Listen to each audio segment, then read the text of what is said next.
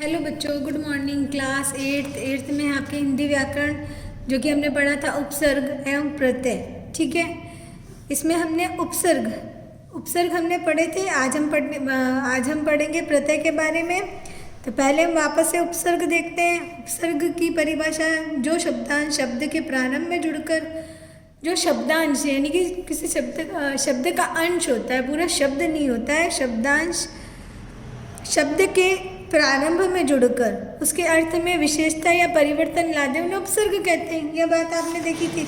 आज हम देखेंगे प्रत्यय के बारे में। ठीक है, प्रत्यय, सबसे पहले हम प्रत्यय की परिभाषा देखते हैं।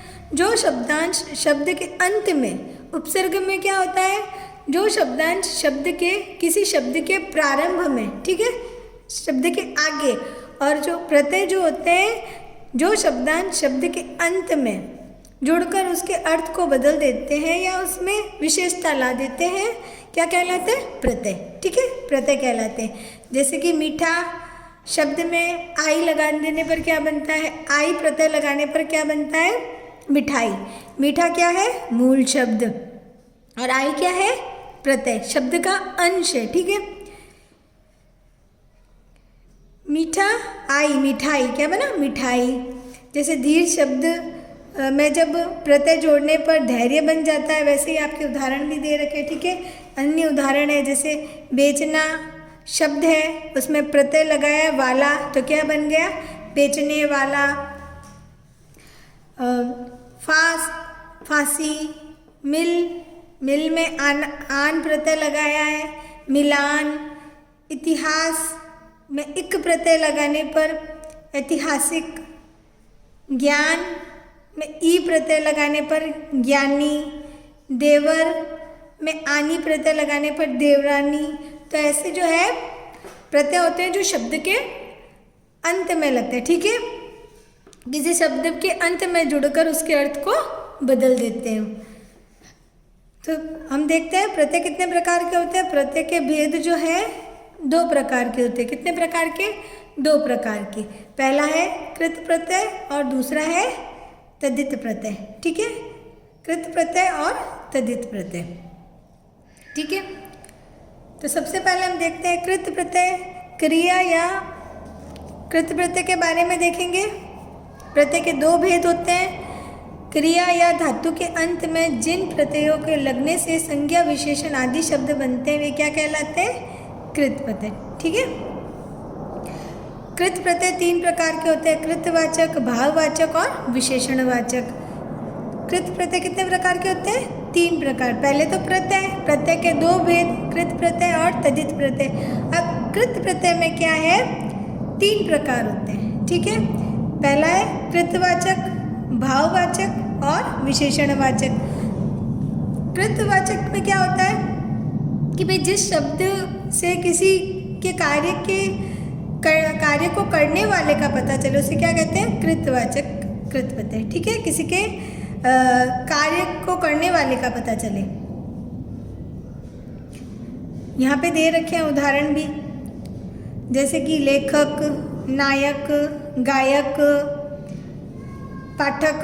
तो ये क्या है, किसी कार्य को करने वाला, जैसे कि पाठक पढ़ने वाला, गायक गाने वाला, धावक दौड़ने वाला, भुलक्कड़ तैराक, लड़ाक, झगड़ालू, खिलाड़ी। ऐसे बहुत सारे जो है उसमें उदाहरण होते हैं। ठीक है, मैंने उदाहरण जैसे बोल के बताए आपको, लेखक, गायक, भुलक्कड़, झगड़ालू, लड़ाकू, खिलाड़ी, लुटेरा, गवैया, नचैया। ठीक है, ये कृत प्रत्यय के मैंने उदाहरण बोले हैं, उदाहरण आपको बोल के बताएं। ठीक है, कृत प्रत्यय एक बार वापस से बताती हूँ। जिस शब्द से किसी के कार्य को करने वाले का पता चले उसे क्या कहते हैं, कृतवाचक प्रत्यय। ठीक है, उसके बाद में हम देखते हैं, अभी हमने देखा कृतवाचक प्रत्यय, अब हम देखेंगे भाववाचक प्रत्यय। कौन सा, भाववाचक प्रत्यय। यह है भाववाचक प्रत्यय, जिनके द्वारा क्रिया के भाव का ज्ञान होता है उसे क्या कहते हैं, भाववाचक प्रत्यय। यानी कि भाववाचक कृत प्रत्यय वे होते हैं जो क्रिया से भाववाचक संज्ञा का निर्माण करते हैं। क्या करते हैं, क्रिया से भाववाचक संज्ञा का निर्माण। जैसे कि चढ़ प्रत्यय क्या लगा, आई, यहाँ पे आई प्रत्यय है, आन प्रत्यय है, आप प्रत्यय है, औता, एरा, तो इसमें बता रखा है चढ़ाई। चढ़ शब्द है, क्या है, धातु क्या है, चढ़, और प्रत्यय क्या है, आई, चढ़ाई। लड़ प्रत्यय आई, लड़ाई। जैसे कि मिल, आन प्रत्यय क्या है, आन, धातु है मिल, तो क्या है, मिलान। ऐसे ही भाववाचक है, एक बार फिर से बताती हूँ। भाववाचक कृत प्रत्यय वे होते हैं जो क्रिया से, यहाँ पे क्रिया है, चढ़, लड़, मिल, तो ये क्रिया है और क्रिया से क्या बनता है, भाववाचक संज्ञा का निर्माण होता है। ठीक है, उसके बाद में हम देखते हैं विशेषणवाचक। विशेषणवाचक यहाँ पे दे रखा है विशेषणवाचक, जिन प्रत्यय के क्रियापदों से, इसमें बताया गया है जिन पदों से, जिन प्रत्यय के क्रियापदों से विशेषण शब्द की रचना होती है। किसकी रचना होती है, विशेषण शब्द की रचना होती है, उसे विशेषणवाचक कृत प्रत्यय कहा जाता है। यहाँ पे उदाहरण भी दे रखा है। प्रत्यय क्या है, यहाँ पे योग, योग्य, भाग, भाग्य, स्तु, स्तुत्य, पूज, पूजनीय। यहाँ पे अन्य प्रत्यय है, इससे पूजनीय, पठनीय, शोचनीय, तो ये ऐसे आपके प्रत्यय लगकर शब्द का निर्माण होता है। ठीक है, यह क्या है, विशेषणवाचक प्रत्यय। ठीक है, एक बार फिर से बताती हूँ। विशेषणवाचक प्रत्यय, जिन प्रत्यय के क्रियापदों से विशेषण शब्द की रचना होती है। किसकी होती है, विशेषण शब्द की रचना होती है, क्या कहलाते हैं, विशेषणवाचक कृत प्रत्यय। ठीक है, त इसमें त भी होता है प्रत्यय, त प्रत्यय भी लगता है, जैसे कि आगत, विगत, तव्य। यहाँ पे यह प्रत्यय दे रखे हैं, यह प्रत्यय से धातु है योग, ये मैंने बता रखे हैं। अन्य, पूजनीय, पठनीय, ऐसे शब्दों की रचना होती है अन्य प्रत्यय लगाकर। ठीक है, उसके बाद में है, हम देखते हैं प्रत्यय का दूसरा भेद। ठीक है, अभी हमने देखा था कृत प्रत्यय, अब हम देखते हैं तदित प्रत्यय। तदित प्रत्यय की हम पहले परिभाषा देखते हैं। जो प्रत्यय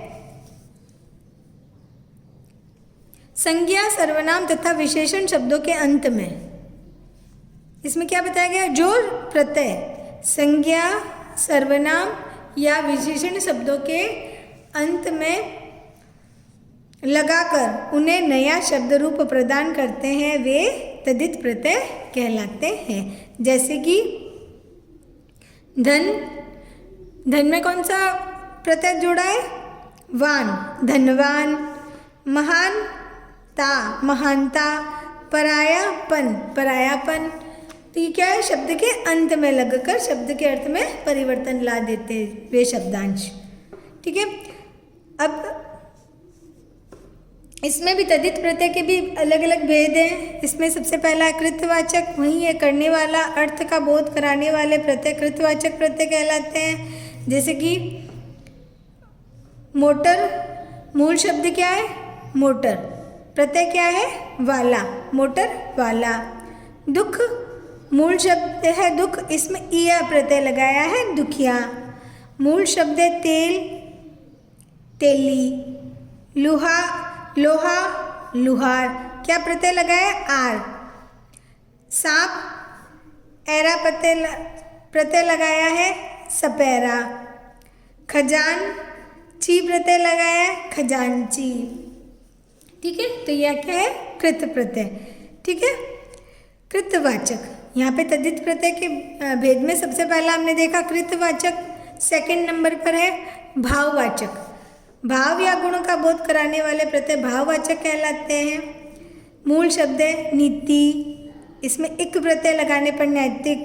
विज्ञान, मूल शब्द है, इक प्रत्यय लगाने पर वैज्ञानिक। मधुर, मूल शब्द है, ता प्रत्यय लगाने पर मधुरता। भूख शब्द है, आ प्रत्यय लगाने पर भूखा। मीठा शब्द है, मूल शब्द क्या है, मीठा, मिठाई। रंग, ईला प्रत्यय लगाया है, रंगीला। रूप, हला, रूपहला, हला प्रत्यय लगाया है। कृपा, आलू प्रत्यय लगाने पर कृपालु। ठीक है, ऐसे ही भाववाचक शब्द बनते हैं। ठीक है, जिसमें भाव या गुण का बोध कराया जाता है। अब है स्त्रीवाचक। स्त्री नाम से ही पता चलता है स्त्रीवाचक, स्त्री जाति का बोध कराने वाले प्रत्यय स्त्रीवाचक प्रत्यय कहलाते हैं। नाम से स्पष्ट हो रहा है, जैसे देव में ई प्रत्यय लगाने पर देवी। जेठ, मूल शब्द जेठ, देवर, इंद्र, सूत। तो यहाँ पर मूल शब्द में आनी आ प्रत्यय लगाने पर, जैसे जेठ मूल शब्द है तो आनी प्रत्यय लगाने पर जेठानी स्त्रीलिंग शब्द बन गया। देवर में आनी प्रत्यय लगाने पर देवरानी। इंद्र में आनी प्रत्यय इंद्राणी। सूत में आ प्रत्यय लगाने पर सूत पुत्र होता है, तो आ प्रत्यय लगाने पर क्या बन गया? स्त्रीवाचक सूता। क्या बन गया? स्त्री जाति। ठीक है, स्त्रीवाचक प्रत्यय सूता। यहाँ पे देखो सब नए शब्द जो बने हैं, क्या बने हैं? स्त्रीवाचक प्रत्यय। ठीक है, अब है उनता। अगला है आपके उनता। नंबर 4 वाला पॉइंट है उनता। पदार्थ की, किसी पदार्थ की लघुता बताने वाले प्रत्यय उनतावाचक प्रत्यय। यानी कि किसी कोई पदार्थ होता है, उसमें उसकी क्या बताते हैं? लघुता, यानी कि ओछापन, उसको छोटा बताने के लिए। यानी कि मंडल, मंडली। बेटी, इया, बिटिया। कोट, कोठरी। डिब्बी, डिबिया। तो यहाँ पर उनता लघुतावाचक क्या है? उनतावाचक। इनको क्या बोलते हैं? लघुता, उनतावाचक प्रत्यय। ठीक है, उसके बाद में आपके अपत्यवाचक। अपत्ययवाचक, जिन प्रत्ययों के लगने से शब्द का अर्थ संतानवाचक हो जाता है। क्या हो जाता है? संतानवाचक। जैसे कि वंश, इसको वंश भी बोलते हैं। वे अपत्यवाचक प्रत्यय कहलाते हैं। जैसे कि कुरु में अव प्रत्यय लगाने पर क्या बनता है? कौरव। आपने नाम सुना होगा कौरव, जो टोटली 100 थे, उनके बारे में बताया। कौरव संतानवाचक। वसुदेव, अव प्रत्यय लगाने पर वासुदेव। रघु, अव राघव। नर, आयन नारायण। विष्णु, अव वैष्णव। तो ये क्या है? संतानवाचक हो जाते। क्या हो जाते हैं? संतानवाचक। उसके बाद में आपके संबंधवाचक, नाम से ही पता चल रहा है, संबंध का बोध कराने वाले प्रत्यय संबंधवाचक प्रत्यय कहलाते हैं। जैसे कि ऐरा, चचेरा। प्रत्यय है जा, आल। यहाँ पे ओई, ऐरा। तो क्या है? भांजा। प्रत्यय क्या लगा है? जा। भतीजा। आल, ससुराल। आल, इसमें कौन सा प्रत्यय लगा है? आल प्रत्यय लगा है। ठीक है, ननी हाल, तो आल प्रत्यय लगा, इसमें भी ओई, बहनोई, ऐरा। तो ये क्या है? सारे संबंध है। भांजा, भतीजा, ससुराल, ननिहाल, बहनोई, ममेरा, फुफेरा, चचेरा। क्या है? सारे प्रत्यय। तो क्या संबंध है। तो ये क्या है? संबंध का बोध करवाने वाले प्रत्यय जा, आल, ओई, ऐरा। ये क्या है? संबंध का बोध करवाने वाले प्रत्यय। उसके बाद में स्थानवाचक, स्थान का बोध कराने वाले शब्द स्थानवाचक प्रत्यय कहलाते हैं। जैसे कि ई, ये सारे प्रत्यय ई, ईया, आन वाला क्या है? प्रत्यय। ठीक है, तो यहाँ पर स्थान है जयपुर, तो जयपुरी। राजस्थान, राजस्थानी। पंजाब, पंजाब में ई प्रत्यय लगा है, पंजाबी। इन सब में कौन सा प्रत्यय लगा है? ई प्रत्यय। स्थान है गुजरात, गुजराती। ऐसे ही जयपुरिया, कानपुरिया, मुंबईया। यहाँ पे आना प्रत्यय है। राजपूताना, हरियाणा। वाला प्रत्यय है, जैसे दिल्ली वाला, डेरा वाला, जयपुर वाला, मुंबई वाला। अलग अलग प्रत्यय। तो ये क्या बन जाते हैं? स्थानवाचक प्रत्यय। जैसे स्थान का नाम ले रखा है इसमें, तो स्थानवाचक प्रत्यय बनते हैं। ठीक है, क्या बना? स्थानवाचक प्रत्यय कहलाते हैं। फिर है गणनावाचक। जिन प्रत्ययों को जोड़ने से बने शब्द में से संख्या का बोध हो। क्या होता है? संख्या का बोध होता है। जिन प्रत्ययों के जोड़ने से, तो ऐसे प्रत्यय जिनके जोड़ने पर संख्या का बोध होता है उन्हें क्या बोलते हैं? संख्यावाचक या गणनावाचक प्रत्यय कहलाते हैं। प्रत्यय है ला, रा, था, वा, हरा।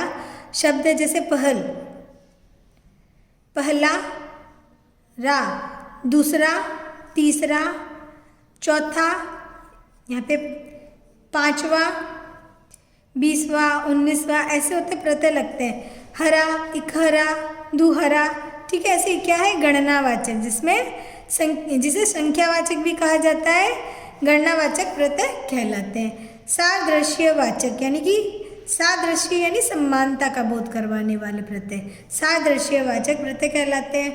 यानी कि यहाँ पे प्रत्यय दे रखा है सा, हरा, यानी कौन सा, नीला सा, गुलाबी सा, काला सा, हम बोलते ना काला सा, पीला सा, हरा सा, यानी कि सादृश्य यानी कि समानता का, किसी की समानता बताते हैं कि भी उसके जैसा होगा, जो पीला सा लग रहा था या हरा सा लग रहा था, तो ऐसे समानता का बोध करवाते हैं हम।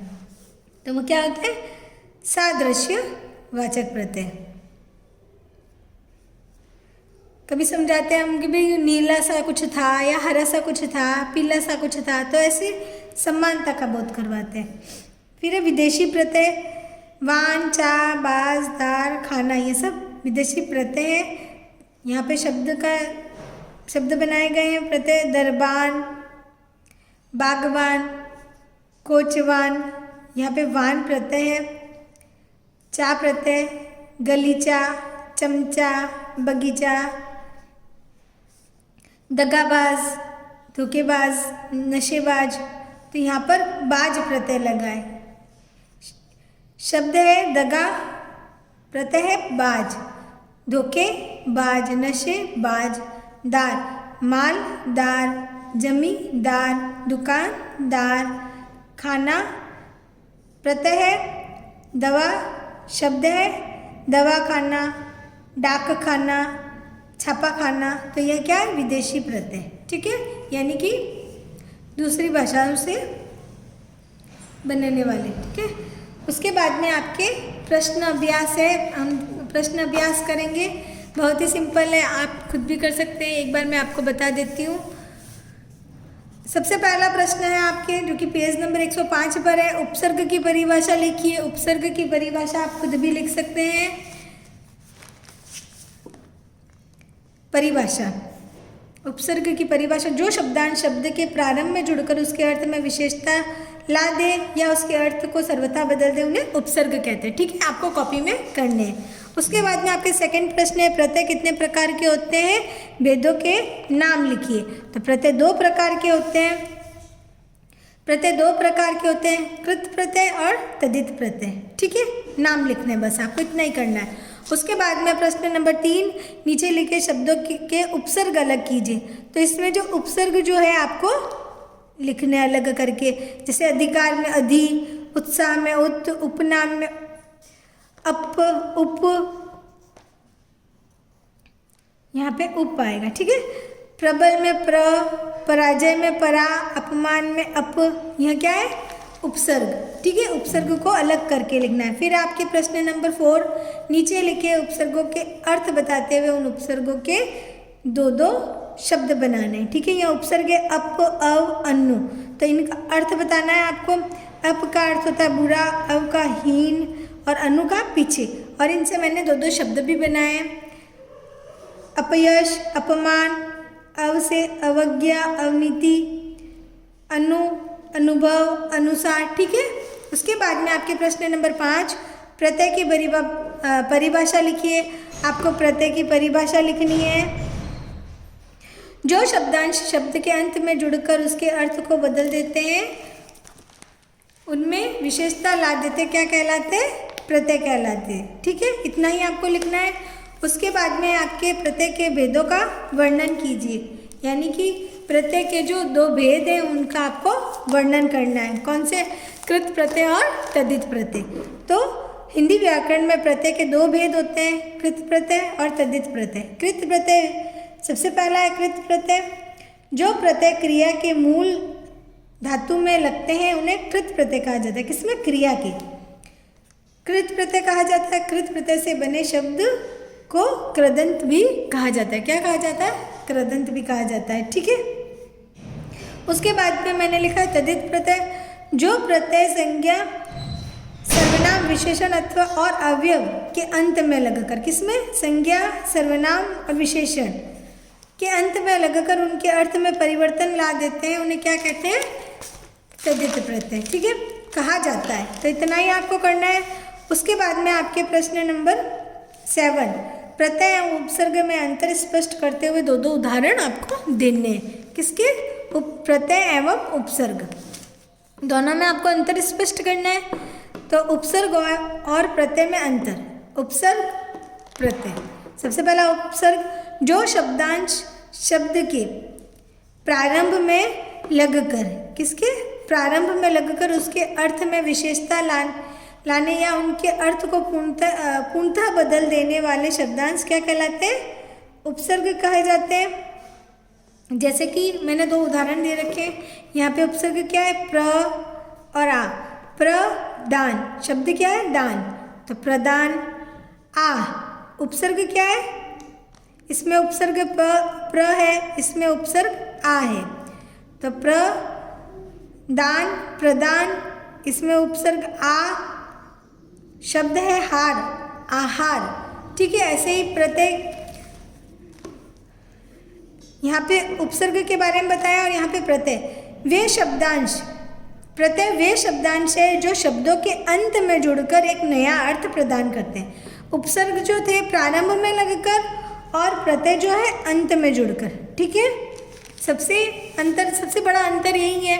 उपसर्ग जो है वे शब्दांश होते हैं जो शब्द के प्रारंभ में लगते हैं और उसके अर्थ में विशेषता लाते हैं, और प्रत्यय वे शब्दांश हैं जो शब्दों के अंत में जुड़कर नया अर्थ प्रदान करते हैं, प्रत्यय कहलाते हैं। तो ये दोनों सबसे बड़ा अंतर यही है इसमें। तो ये तो आपको लिखना है। और इसमें उदाहरण दे रखा है ज्ञान, इसमें ई प्रत्यय लगाया है ज्ञानी, देवर में आनी प्रत्यय लगा है देवरानी। ठीक है, यह भी आपको क्वेश्चन जो है आपको कॉपी में करने हैं।